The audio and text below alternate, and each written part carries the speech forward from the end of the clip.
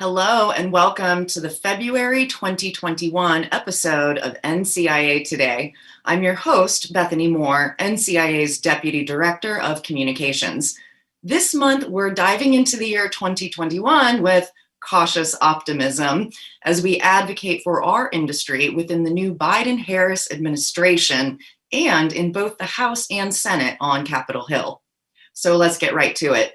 Checking in with our office in Washington, D.C., Director of Government Relations, Michael Correa, and his team are continuing their work with congressional offices, although mostly virtual, to advance cannabis policy. Let's tune in to hear more about what's next now that the year 2021 is well on its way.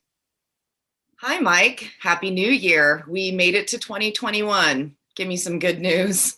I guess the good news is we didn't have a completed coup attempt on our government. We actually still had a peaceful transition of power.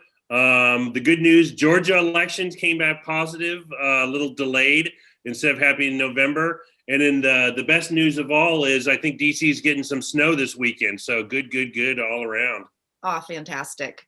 Well, for our audience, let's start with a quick recap of where we left off in the previous Congress with some of our priority legislation like the Safe Banking Act and the Moore Act. Yeah, so everyone knows that the Moore Act passed the House of Representatives at the end of Congress last year. There was a provision put in at the last minute that gave the industry some pause and gave some advocates some pause. But the hope was to improve on it. And so I see in the next couple months, maybe even the next couple weeks, a Moore 2.0 being introduced and SAFE being reintroduced. So I'm really excited because of the election results, because the Democrats have the House, the Senate, and the White House, of really a really good, vibrant discussion happening on cannabis and good things happening. Absolutely. That's optimistic. Thanks for the recap. It was quite a year, but now we're starting off fresh with the 117th Congress. New year, new faces on both sides of the aisle. Tell people what that means for NCIA's goals. So one, although, there is no guarantee, everyone's been talking about legalization at the federal level happening for years, and I'm not about to make promises. I know a lot of Democrats look at this as they have a 2-year window to get something done before the midterms and to go big. And there is a lot of energy on the Democratic side to address this issue sooner rather than later. The problem is, like I mentioned before, there's the potential impeachment process of the president. There's a nomination of Joe Biden's potential cabinet picks. There's the vaccine rollout. There's pandemic responses. So Congress's priorities may be somewhere else in the short term. But if you read Marijuana Moment, I think Chuck Schumer just had a recording where they're talking about they're gathering a lot of ideas to introduce in one consolidated bill. So there's a potential we could have a legislation that addresses a lot of these issues, whether it's a more 2.0 or a different legalization bill. But they're having these discussions now. I just don't want people to get too optimistic. Yes, legalization is going to happen. There's votes. There is a process in place, but I'm fairly optimistic when it comes to moving legislation, having hearings, and having votes. Some good's going to happen over this year and going into next year. And those new and returning members of Congress in both houses has shifted the balance a bit. Is that right? I know it's all still very fresh and still wrapping your head around it all, but what are your thoughts about moving the dial even further along in support of our issues? So the House is fairly the same. The committee chairs, the leadership is going to be the same with the House Democrats. The biggest change is going to be the Senate Democrats. Now we are going to have committee chairs that are Democrats. And a perfect example is Senator Ron Wyden from Oregon is going to chair the tax writing committee. He is a co-sponsor of the 280E tax bill. And so there is a lot of discussion and energy about having hearings on the Senate side. And so that dynamic is going to change. I think previously the House did all the work on the marijuana reform bills and the Senate just said no and thumbs down on everything. Now you're going to be seeing the Senate actually having discussions, holding hearings, moving legislation, which is going to be amazing. And then at the same time, we have a lot of new members, freshman class, a few more Republicans than people had expected, but getting them educated on this issue. My deputy, Michelle Rutter-Freeburg, was just talking today of how we have a great new freshman Republican member down from a southern state who wants to talk on cannabis. And so it's a great opportunity to educate these new members, these freshman members, and to just have that discussion about cannabis reform in general and the cannabis industry more specifically. Absolutely. Really exciting time. Really exciting time. Yeah, you all have your work cut out for you for sure. Well, thanks, Mike. I really appreciate that quick update for our audience. And I will send some Colorado snow your way to Washington, D.C. So you can I would love it. You spent some time in D.C. before. I was reading in the newspaper the other day, we've gone 700 plus days without noticeable snow in D.C., which is, I have 2 small children. I want to get out and I want to sled with them. And so send as much snow our way as possible. Really appreciate everything you guys are doing. I've had enough, so you can have it for the rest of the season. All right. Thank you, Mike. Have a good one. Take care. And just like that, I'm back at the NCIA office. For more insight into the 117th Congress, head to our website to check out our interactive congressional scorecard. There, you can see where members of Congress in each state stand on key cannabis reform issues like the Safe Banking Act. Head to thecannabisindustry.org/congressional-scorecard. Last fall, NCIA's Policy Council published a policy white paper titled Environmental Sustainability in the Cannabis Industry, which includes best business practices and policy recommendations, available for download in the Industry Reports section of NCIA's website. We're also happy to announce our newest report on gender parity in the cannabis industry, which we co-authored with the ArcView Group. The report is actually a series of 6 individual papers on specific gender parity issues ranging from product launch and branding to pay and equity ownership. Plus, you can download helpful toolkits designed to help you put these principles to practice in your own company. Head to NCIA's website and download the first 2 reports now, and stay tuned for the release of the full collection of gender parity reports. Now, let's check in with the organizer of our Diversity, Equity, and Inclusion Committee, Mike Lumoto. Hi, Mike. Hey, Mike. How's it going? Hey, Bethany. Good to see you.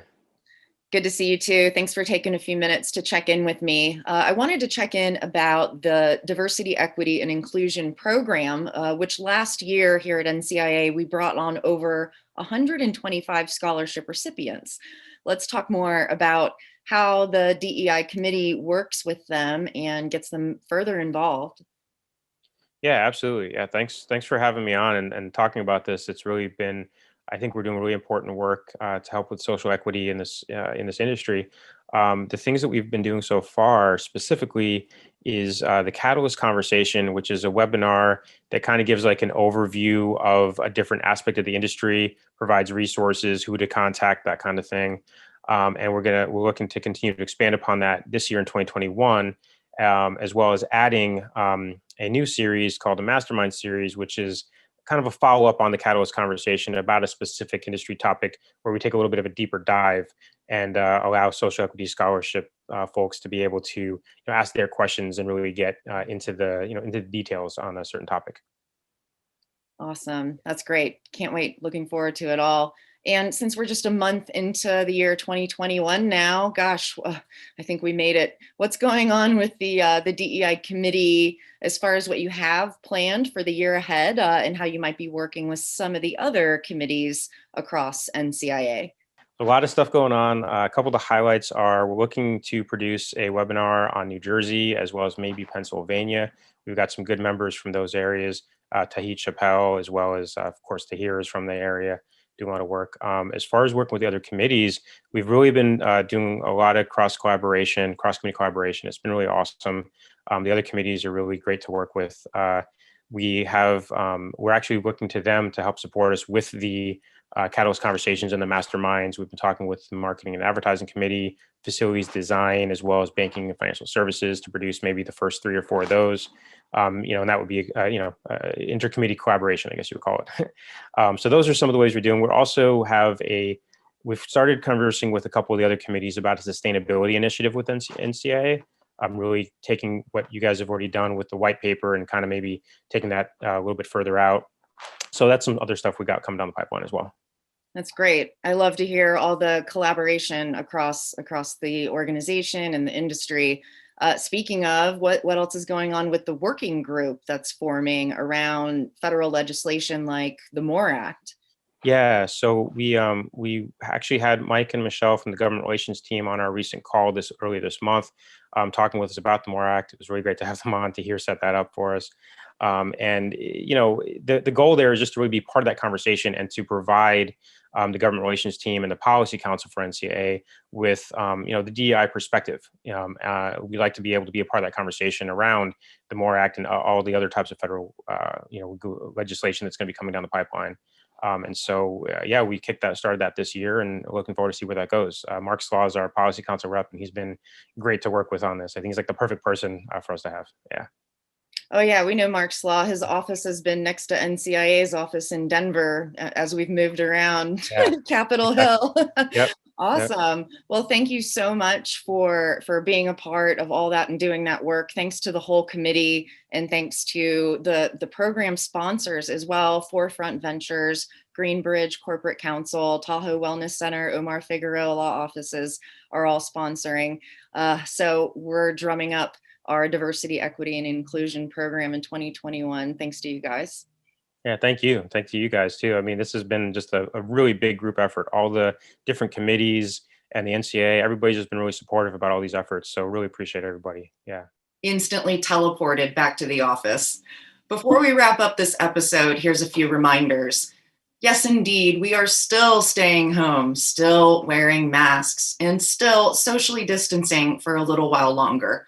We can't wait to get back to safely hosting our national and regional events in person later in 2021. And we're crossing our fingers that we'll be back in San Francisco at the Moscone Center in early August at our 7th annual Cannabis Business Summit and Expo. So just hang in there with us while we navigate uncertainty together. Which brings me to our brand new app, NCIA Mobile, which you can download to your phone now in Google Play and the App Store. In the meantime, make sure you're subscribed to our email list and listening to NCIA's weekly podcasts hosted by myself and Tahir Johnson. And now's a great time to invest in the future of our industry by getting more involved in NCIA, registering for our educational webinars, and learning more about the diversity, equity, and inclusion program sponsorship opportunities. Join NCIA members who have stepped up their support by becoming DEI program sponsors like Tahoe Wellness Center and law offices of Omar Figueroa, who joined sponsors Forefront Ventures and Greenbridge Corporate Counsel. Thanks for your support.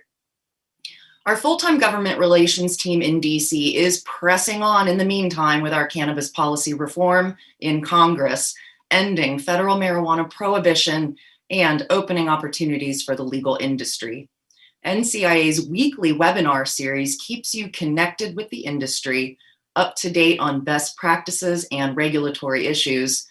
Plus, our fireside chats are an exclusive benefit just for NCIA members, all included in your membership.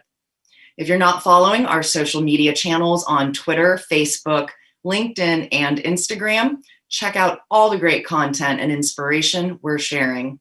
If you're a member of NCIA, we encourage you to check out your new member benefit, NCIA Connect, and dive right into the conversation with your fellow NCIA members and colleagues today. We'll see you next month.